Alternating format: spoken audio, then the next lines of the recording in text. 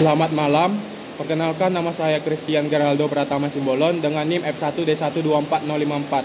Saya akan menjelaskan dan memaparkan tentang materi kalimat efektif. Banyak orang sudah terbiasa menulis atau berbicara dengan kalimat yang panjang dan bertele-tele. Mereka mungkin tidak menyadari bahwa gaya penulisan mereka bisa lebih efektif jika disederhanakan. Beberapa orang mungkin tidak memahami konsep kalimat efektif atau tidak tahu bagaimana cara menerapkannya. Berikut ini penjelasan tentang kalimat efektif. Yang pertama, pengertian kalimat efektif.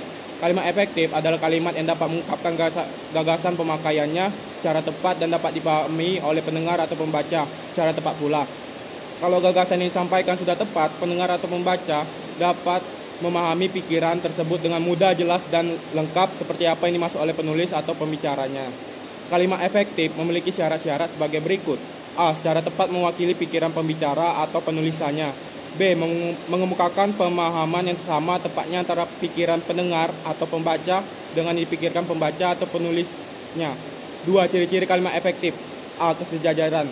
Memiliki kesamaan bentukan atau imbuhan jika bagian kalimat itu menggunakan kata kerja berimbuhan di. Bagian kalimat yang lainnya pun harus menggunakan di pula. Kakak menolong anak itu dengan dipapahnya ke pinggir jalan.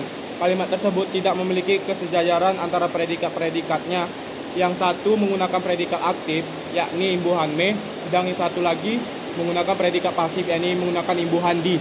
Kalimat itu harus berubah menjadi anak itu ditolong kakak dengan dipapahnya ke pinggir jalan. B. Kehematan. Kalimat efektif tidak boleh menggunakan kata-kata yang tidak perlu. Kata-kata yang berlebih, penggunaan kata yang berlebih hanya akan mengaburkan maksud kalimat. Bunga-bunga mawar, anyelir, dan melati sangat disukainya. Pemakaian kata bunga-bunga dalam kalimat di atas tidak perlu. Dalam kata mawar, anyelir, dan melati terkandung makna bunga. Kalimat yang benar adalah mawar, anyelir, dan melati sangat disukainya.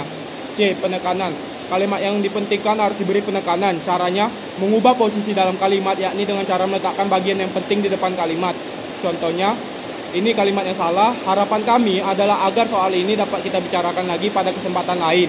Pada perbaikan yang benar yaitu, pada kesempatan lain kami berharap kita dapat membicarakan lagi soal ini. D. Kelogisan.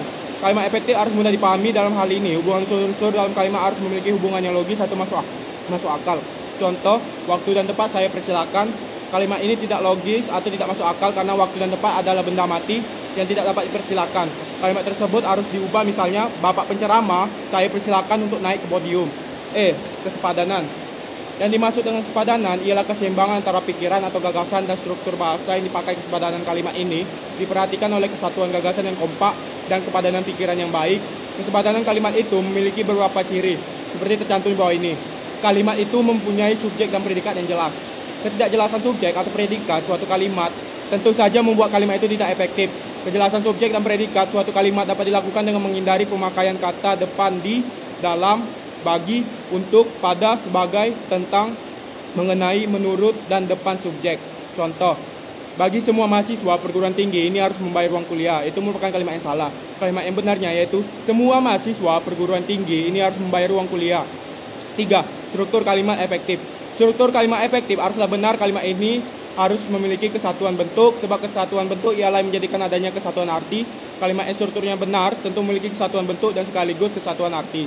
Kalimat yang strukturnya rusak atau kacau tidak menggambarkan kesatuan apa-apa dan merupakan suatu pernyataan yang salah. Jadi, kalimat efektif selalu memiliki struktur atau bentuk yang jelas.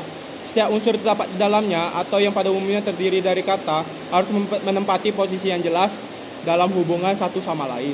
Yang keempat, contoh kalimat efektif dan kalimat tidak efektif. Contoh kalimat efektif yang pertama, upacara tersebut dihadiri oleh semua siswa. Itu merupakan contoh kalimat efektif.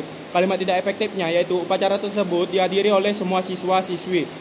Contoh kedua, kalimat efektif, anak-anak perlu berhati-hati jika melewati sungai.